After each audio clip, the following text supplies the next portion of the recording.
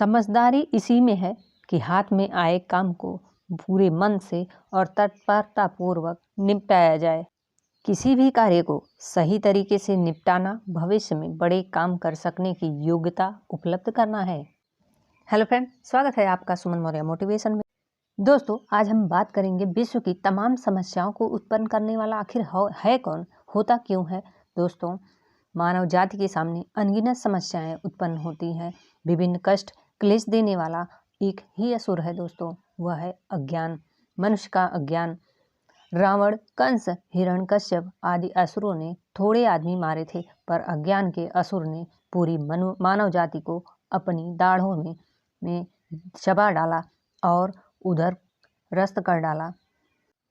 सर्व सुविधा संपन्न इस धरती के निवासियों को स्वर्गीय सुख शांति का उपभोग करना चाहिए था, पर हो बिल्कुल उल्टा रहा है।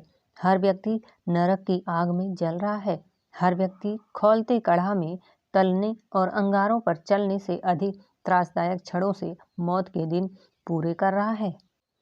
जिंदगी जिस सुर दुर्लभ ईश्वरीय वरदान की तरह हर्षोल्लास के साथ बिताई जानी चाहिए थी, वह नारकीय यंत्रणाएं सहते हुए व्यतीत करनी पड़ रही हैं। उसकी लाश ढोना पड़ रहा है। यह स्थिति एक आदमी की नहीं, लगभग सभी की है। समझा यह जाता रहा है कि पैसा कम पड़ने से यह कष्ट सहने पड़ रहे हैं, लेकिन यदि मनचाही मात्रा में पैसा होता तो सुखी जीवन जिया जा सकता था। यह मान्यता बहुत थोड़े अंश में ही सही है, लेकिन यह ठीक है कि अधिक पैसे से शरीर को सुख सुविधा देने वाले अधिक साधन खरीदे जा सकते हैं, पर इससे क्या? प्रश्न तो उस मन स्थिति का है जिसके आधार पर पैसे का उपयोग किया जाना था। उस क्षेत्र में विकृतियों का पूरा साम्राज्य है। फलस्वरूप जो धन से खरीदा जाता है उसमें उपयोगी कम और हानिकारक अधिक होता है। इसी संदर्भ में हम पैसों वाली की स्थिति का गहरा विश्लेषण भी करते हैं। गरीबों की बात कुछ समय के लिए पीछे करके पहले उन अमीरों की स्थिति देखें जिन्हें आवश्यकता से अधिक पैसा मिला है। वे उसका करते क्या हैं? अपने और अपने परिवार के लिए स्वादिष्ट भोजनों की भरमार करके सबका पेट खराब करते हैं। श्रम से बचने के लिए आराम का ठाट बाट जुटाने में शरीर की श्रम शक्ति गंवा देते हैं। गरीबों से अमीरों के स्वास्थ्य अधिक दुर्बल पाए जाएंगे। वे अपेक्षाकृत अधिक रोगी रहते हैं और जल्दी मौत के मुंह में प्रवेश करते हैं। दोस्तों, यहाँ हम धन की निंदा नहीं कर रहे हैं और न ही दरिद्र की प्रशंसा। धन भी विद्या बल, शरीर बल आदि की तरह एक शक्ति है। उसका सदुपयोग होना है, तभी अपने परिवार का और समाज का भारी हित साधन किया जा सकता है। पर दृष्टिकोण में छाया हुआ अज्ञान उस धन के सदुपयोग की दिशा में सोचने ही नहीं देता। जितनी इच्छाएं, जितनी चेष्टाएं होती हैं, वे सभी दूषित रहती हैं। फलस्वरूप उपार्जित धन अपना, परिवार का, समाज का विभिन्न प्रकार से सत्यानाश करता चला जाता है। धन से जो लाभ एवं संतोष मिलना चाहिए था, उससे धनी वर्ग प्रायः वंचित ही रहता है। यहाँ 1000 बार समझना चाहिए कि दोष धन का नहीं है, दूषित दृष्टिकोण का है, जिसे दूसरे शब्दों में अज्ञान कहा जा सकता है। विद्या बल की महत्ता और भी अधिक है। ऊंची शिक्षा की, बुद्धि कौशल की कौन निंदा करेगा? शक्तियों में से किसी की भी निंदा नहीं की जा सकती। वे सभी प्रशंसनीय और उपयोगी हैं। शर्त एक ही है कि उनके उपयोग में विवेक से काम लिया जाए। बिजली, भाप, गैस, पेट्रोल, ऊर्जा आदि शक्तियाँ कितनी उपयोगी हैं सभी जानते हैं, पर यदि इनमें से किसी का भी दुरुपयोग किया जाए तो वे भयंकर दुष्परिणाम उत्पन्न करती हैं। दुनिया में एक से बढ़कर एक बुद्धिमान भरे पड़े हैं, जिनमें से थोड़ी भी प्रतिभाएं यदि जनमानस को दिशा देने में लग गई होती तो दुनिया की स्थिति ऐसी नहीं होती जैसी कि आज है। शरीर बल के उपयोगी श्रम से हो सकता है, लेकिन कारखाने उपयोगी सृजन कर सकते हैं। पर हम देखते हैं कि शारीरिक क्षमता आतंक और अनाचार उत्पन्न करने में लगी हुई है। अपराधों और अनाचारों में वे लोग अधिक लगे हैं जिनमें शारीरिक बल की अधिकता है। भगवान ने जिन्हें रूप दिया है उससे कला कोमलता का सृजन करने की अपेक्षा पतन और दुराचार को प्रोत्साहन दे रहे हैं।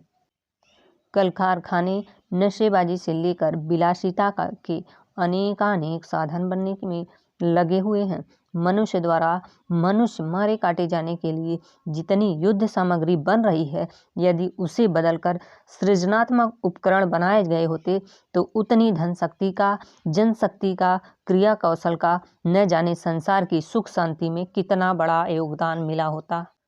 संसार में साधन की कमी नहीं है।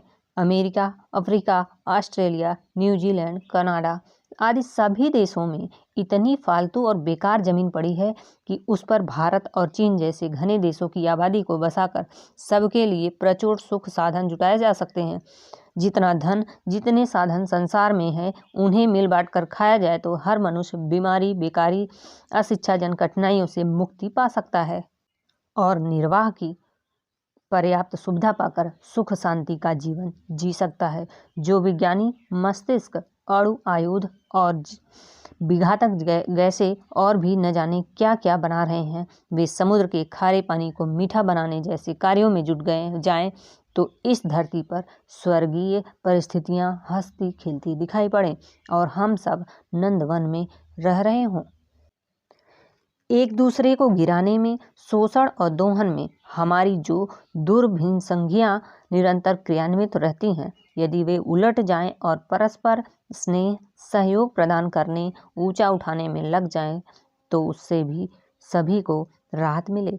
घृणा, द्वेष और प्रतिरोध के स्थान पर स्नेह का सागर फैल जाए और दुनिया कितनी सुंदर सुहावनी बन जाए। हर व्यक्ति के इर्द गिर्द हर्षोल्लास का वातावरण बिखरा दिखाई पड़ने लगे। स्वर्ग जैसी समस्त संभावनाओं के रहते हुए भी अपनी दुनिया नारी की यातनाओं में जल भुन रही है। इसके ऊपर कारण तो पेड़ पर लगे अनेक पत्तों की तरह अलग अलग दिखाई पड़ सकते हैं, पर विचारक देख सकते हैं कि यह विश्व वृक्ष जिन गहरी जड़ों के कारण फल फूल रहा है, वह हर क्षेत्र में छाया हुआ अज्ञान, अनाचार ही है। आदमी का सोचने का तरीका यदि बदला जा सकता होता तो उसका परिणाम उसे सर्वथा विपरीत होता। जो आज हमारे सामने है, हर उलझी समस्या का, हर विपत्ति और दुर्गति का एक ही कारण है, भ्रष्ट चिंतन और तज्जनित दृष्टि कर्तव्य। इसका मूलोच्छेद किए बिना अन्याय उपायों से सुधार की, प्रगति की बाल क्रीड़ा ही होती रहेगी, पर बनेगा कुछ नहीं। पेड़ मुरझा रहा है तो पत्ते पर जल छिड़कने से नहीं, जड़ें सींचने से काम चलेगा। चीचक की हर फुंसी पर अलग पट्टी नहीं बांध सकती, रक्त शोधक दवा से ही उसकी जड़ कटेगी। मनुष्य और समाज के सामने आज अनगिनत समस्याएं हैं, पर वे उत्पन्न एक ही कारण से हुई हैं और उनका निवारण भी एक ही केंद्र से संबंध है। ताले के हर पुर्जे की तोड़फोड़ जरूरी नहीं, पर चाबी घुमाने से वे सभी घूम जाएं और ताला खुल जाएगा।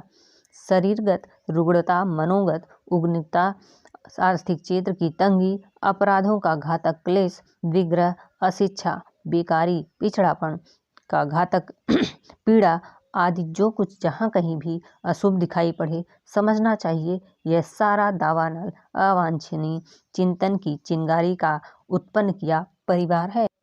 अपने निज की, अपने परिवार की, देश समाज की, विश्व मानव की, प्राणी मात्र की कुछ ठोस सेवा करने की इच्छा हो तो व्यापक रूप से मना क्षेत्र में भरी हुई उस गंदगी को साफ करना चाहिए जिसकी सड़ाध से विभिन्न जातियों के विषाणु उत्पन्न होते हैं और एक से एक भयंकर महामारियों का सृजन करते हैं। तो दोस्तों, इस प्रकार हर समस्या की जड़ ही है अज्ञानता। अज्ञानता ही हर समस्या की बीमारी है और ज्ञान ही उसकी दवा। तो दोस्तों, आज की वाणी को हम इसी के साथ विराम देते हैं। चैनल पर नए हैं तो चैनल को सब्सक्राइब करना ना भूलें। धन्यवाद।